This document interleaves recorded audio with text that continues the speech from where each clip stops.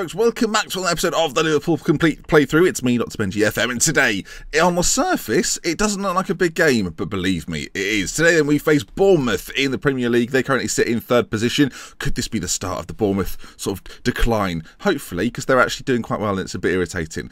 Spurs then hold the top of the league so far. They're in the top position, and today they will be playing Middlesbrough, who are bottom of the league. So you'd expect first v bottom, first to win that quite comfortably. Maybe Middlesbrough will unsettle them, who knows? And then we play Bournemouth, a much tougher game then. And worth noting, I'm not really showing the screen too much, but the top assisters in the division so far this season: Max Gradle for Bournemouth, Daniel Sturridge for Tottenham, and Sadio Mane for Liverpool. Zlatan Ibrahimovic leads the way in terms of goals. Rondon and Diego Costa not too far behind them. And the big thing for me, really, is that this probably contributes heavily to the top three teams, well, the top four teams in the division. Fraser Forster for Southampton with 9 clean sheets, and Mignolet and Boric, then the two keepers today, both with 10 clean sheets from 21 matches. Pretty good, if you ask me. Sadio Mane up there as well with 4 player of the matches worth, actually, you know. And then the Max Gradle with 5, and Zlatan's there then with 8. And it sets up what is set to be quite an interesting day today. We've still got some transfer business to go through. An injury to Divock Origi causes a problem there as well. He may well miss the game against Bournemouth, although it is in a week's, or not even a week's time, half a week's time. I thought it was the Saturday. It's actually the Wednesday. But yeah, we've got some transfer stuff to go through as well. Bradford City want Ben Woodburn. That won't be happening. As well as this game then against Bournemouth. And it's the sort of game that ordinarily you'd expect a Liverpool side to win against Bournemouth, right? But with the way they've been playing this season, and that's really only it, because our form, if you look at it, our form's been pretty good since that defeat to Spurs, that 3-1 a while ago now. It was sort of the beginning of December. We've not lost again since then, so it's been going okay. We've not really been losing too often at all this season. Obviously, the loss was to Bournemouth away from home. It was a Benik goal. It was a game which, if I recall rightly, very little highlights in that game, but it was a team that beat us. We've only lost twice this year then. Bournemouth were one of those sides, and it's this time round, it's our time to get a little bit of revenge, hopefully. Now, we may well have a debut today, of course. Inigo Martinez is subject to an offer from us. I do believe, though, Manchester United have also gone in for him, and we've been offered Raheem Sterling on a little scouting mission. I don't think it'll be happening. We'll leave it. Alex will be there, as well as James Ward-Prowse, who's a player that we looked at in the summer, but I think with the way the midfield's gone so far this season, there's no real desperate need to bring him in, so we won't be doing that. It's the sort of thing that if I knew I was continuing for 3 or 4 years, I would have gone for, but I'm not really sure if we are or not, so it wasn't a move we've decided to make. And speaking of moves, Dejan Lovren then, for 25.5 million, is off to Guangzhou Evergrande, and yeah, I'm not too upset by that. Of course, that's the team Jackson Martinez currently plays for. There maybe will be a couple of other names you recognise there. Paulinho, of course, who played for Spurs. Barami and Allen, the Brazilian, is there as well as Ricardo Goulart. I don't know if he's been there a while, actually. He's got 26 goals in 25 games. It's competitive over in China. So yeah, he's going there as well. Dejan Lovren, he's on a relatively big wage of 70 grand a week. It now means we kind of have to sign Inigo Martinez, and if we don't, we've got a problem. The squad are unhappy that Mignolet's left, that Lovren's left. Mignolet is amongst the players unhappy, and I'm just going to tell them that, look, there's someone coming in. It's fine. How do I tell them that? I'll be looking to delve into the transfer market before too long. Don't worry about that. And they all seem pleased about it. So hopefully I've put a few minds at rest with that. I don't want morale dropping before the big game against Bournemouth. And we've got some big games coming up as well in the near future. Watford on the horizon. And then after that, well, there you are. Look, 73 million brought in. That's to do with like Sturridge, Lovren, and who else did we sell? I can't remember. Someone of note, was it? Kevin Stewart, that's it. They're the only 3 really. We've obviously spent 61 million. Javier Pastore, still out with a dislocated shoulder, goes down as one of the worst transfers in Liverpool history at this stage. Still time, though, for him to make an impact this season. And if we were in Europe, I think he would have played a far bigger part. Why did you sign him, Ben? Don't really know. Lovren leaves then. And Inigo Martinez hasn't yet signed. And he's not coming our way, so I don't really know what to do at this stage. He still hasn't accepted an offer or anything. We go into this game against Bournemouth without Lovren. Of course, we've been playing Klavan and Matip at the back, though, so I don't know if it's going to be that much of a bother. That's something we'll find out in today's episode come the end of it. Let's see, though. It's worth noting, I don't know whether to bring in another centre-back to go alongside what we already have. If we look at the positions there, you can see centre-back-wise, Klavan, Gomez, Matip, they're the options at the moment. Hopefully Inigo Martinez as well. And then at left back, we've got Moreno and Seed Kolasinac, I think something Lasnak maybe, on the left side. And then we've got Alexander-Arnold and Nathaniel Klein on the other. Joe Gomez can kind of play a mix of all three, so that's quite a nice thing to have in our favour. In midfield then, Grujic, Shan, Wijnaldum, Henderson and James Milner, as well as Lallana, who can drop back, even Coutinho if we got really desperate. So we're okay central midfield-wise, no problems there. It's the wide areas that with the transfer window still open, I may look to improve on. We've still got Mane, we've still got Bukayo Keita, but outside of that, we don't have any sort of natural width. Divock Origi's okay there, but I think we could all agree he's more of a striker. So there's going to have to be a little bit of a discussion within the team. Obviously, Lallana plays out wide as well occasionally. We've been looking at defenders. Is there a right winger out there that makes sense for us to go for? We've got 73 million in the bank, of course. Martinez hopefully will take a chunk out of that. But is there anyone on that list there that you think, do you know what, they could add to this squad? I think someone like Bernardo Silva would be a real showstopper to get him in. But then again, does that mean we have to drop Keita, who cost us a lot of money? Mane, of course, with the top assist this season. Do we then want to drop them? It's a difficult situation. Do you bring someone in for next season? Do you try and bring someone in to strengthen your campaign this year? It's a fine balance. Anyway, the Bournemouth game today, the Inigo Martinez transfer hasn't gone through as of right now. It's still mulling over the contract, so it might be next episode that we get to see him. Only 6 substitutes selected, by the way. Let's quickly fix that. Do we put a backup keeper on the bench? I mean, ordinarily I don't, so we're going to put Grujic there. I just don't see injuries happen to keepers often enough to be concerned about Mignolet getting injured. I mean, today will no doubt be the day.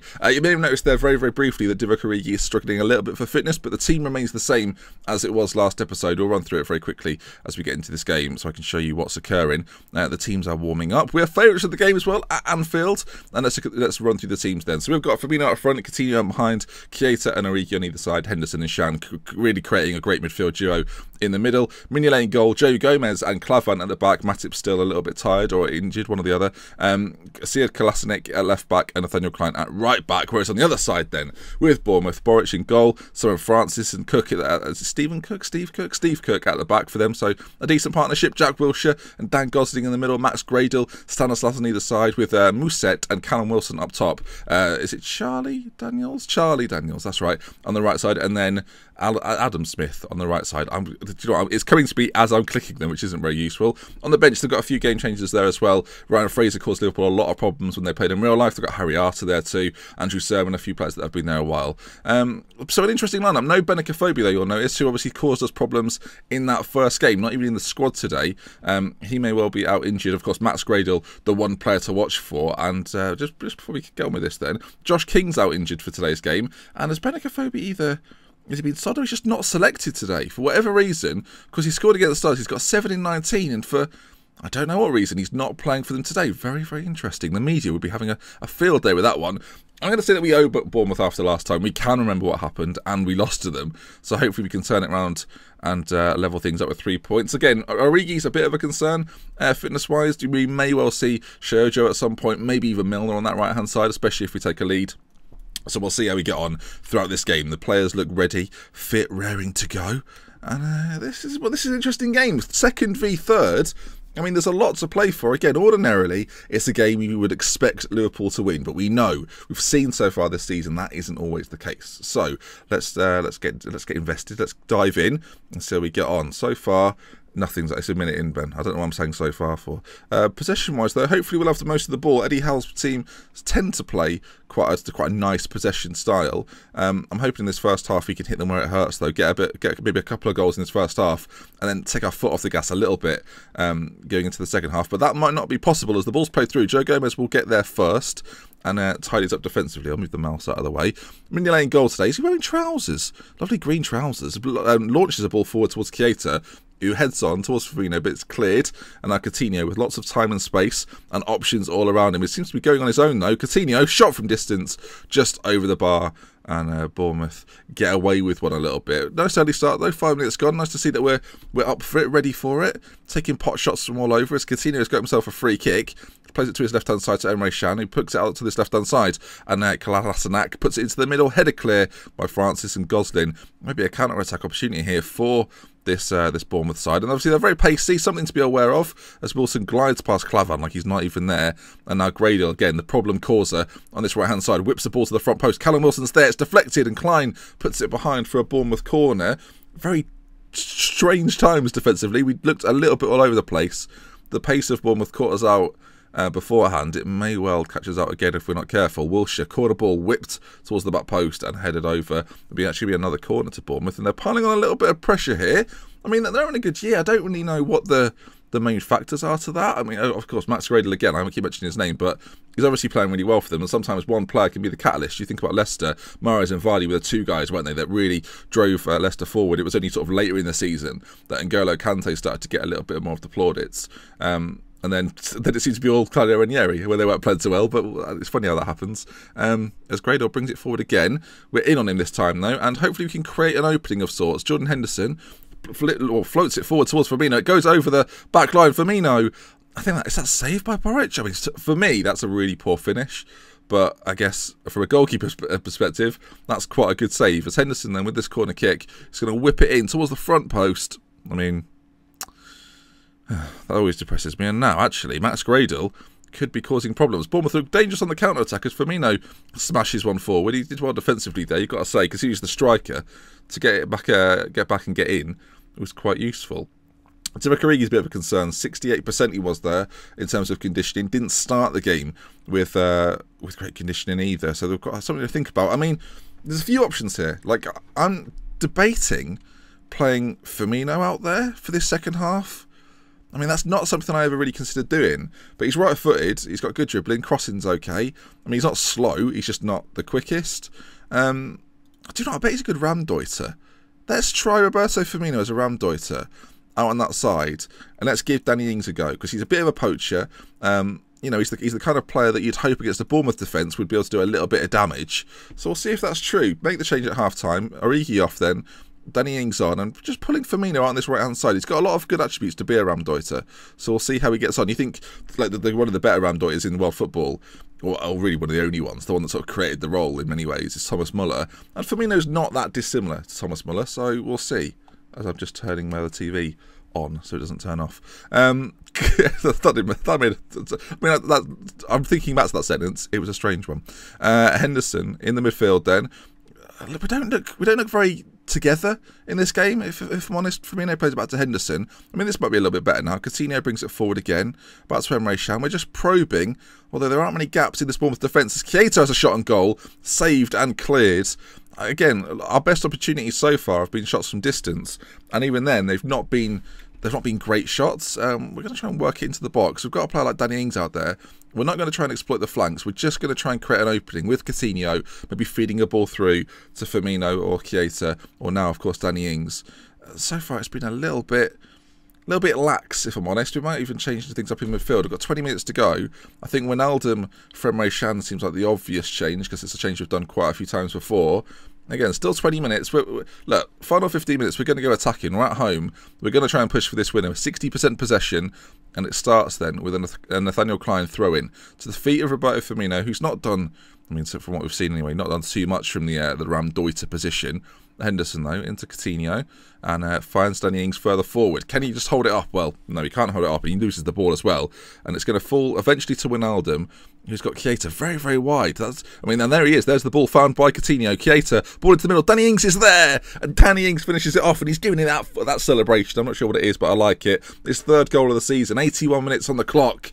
I mean, Danny Ings he's not been a key figure this season, but occasionally he pops up with a goal or two, and he's got one today against Bournemouth in one of the biggest matches of the season, it's fair to say. Danny Ings then, front post, left foot. Boric gets a hand to it, but doesn't keep it out. That's his clean sheet gone, which means Mignolet will go ahead of him in that, which is now something I care about, apparently.